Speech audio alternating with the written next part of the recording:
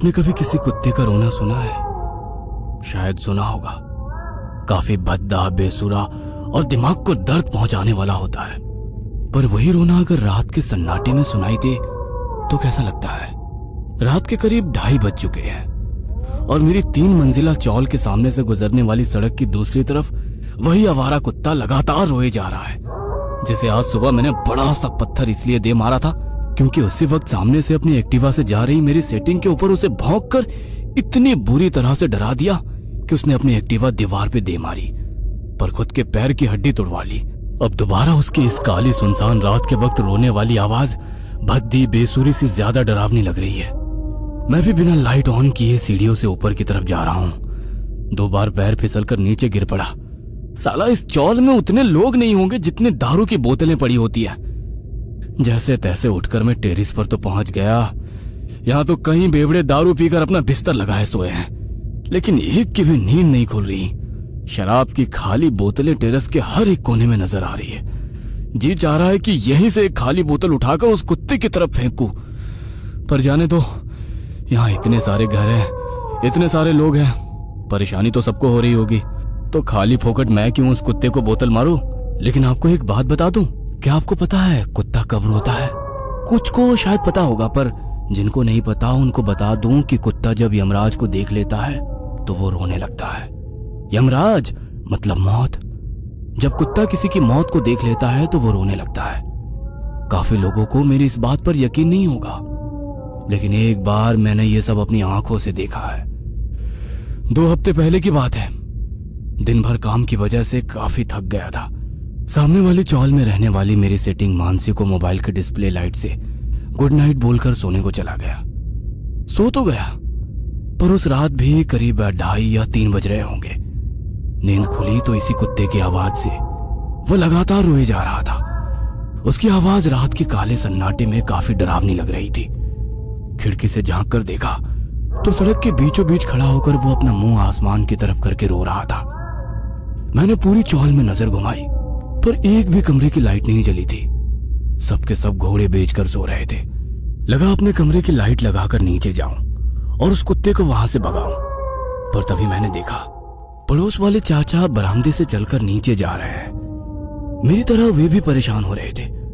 अच्छा लगा, कम से कम किसी को तो उस कुत्ते पर गुस्सा आ रहा था। चाचा रात के अंधेरे से चलकर नीचे पहुंचे, पर उन्होंने कुत्ते को कुछ नहीं किया। लगा था पत्थर उठाकर वहां से भगा देंगे, पर वे तो अंधेरे रास्ते से कहीं चले गए और कुछ ही देर में उनकी खोली से महिलाओं के रोने धोने की आवाजें आने लगी। मैंने सोचा झगड़ा हुआ होगा। कुछ ही मिनटों में पूरी चौल की लाइटें जल गई। मैं भी भीड़ को चीरता कमरे के पास पहुंच गया। चाचा की छोटी बेटी की जोर जोर से रोने की आवाजें मुझे बाहर तक आने लगी।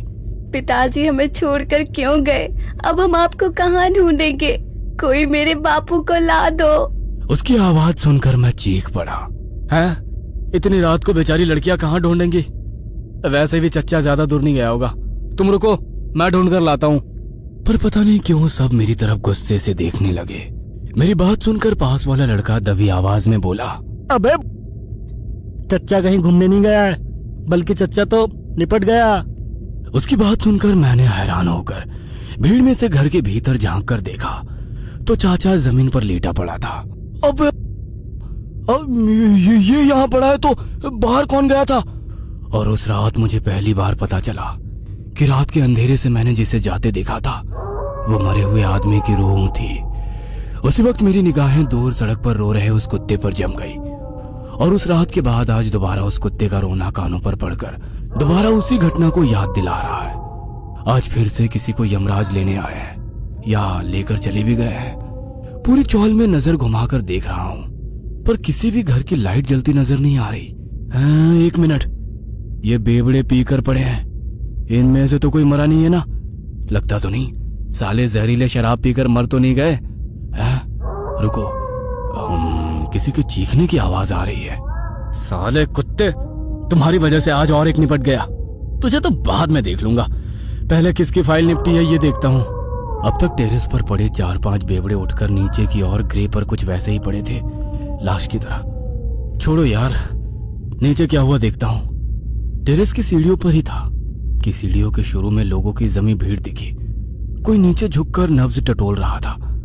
कौन और कैसे मरा ये देखने के लिए जरा भीड़ को सरका कर देखा और हैरान रह गया। नीचे कांच की टूटी बोतलें थी और तभी किसी की बात सुनाई दी। साला बेवड़ा, दारू पीने टेरेस पर जाते वक्त फिसल कर कांच गले में घुसने से जख्मी हो गया है। सामने से वो आदमी हट गया और वो जमीन पर पड़ी लहूलुहान मेरी लाश नजर आई।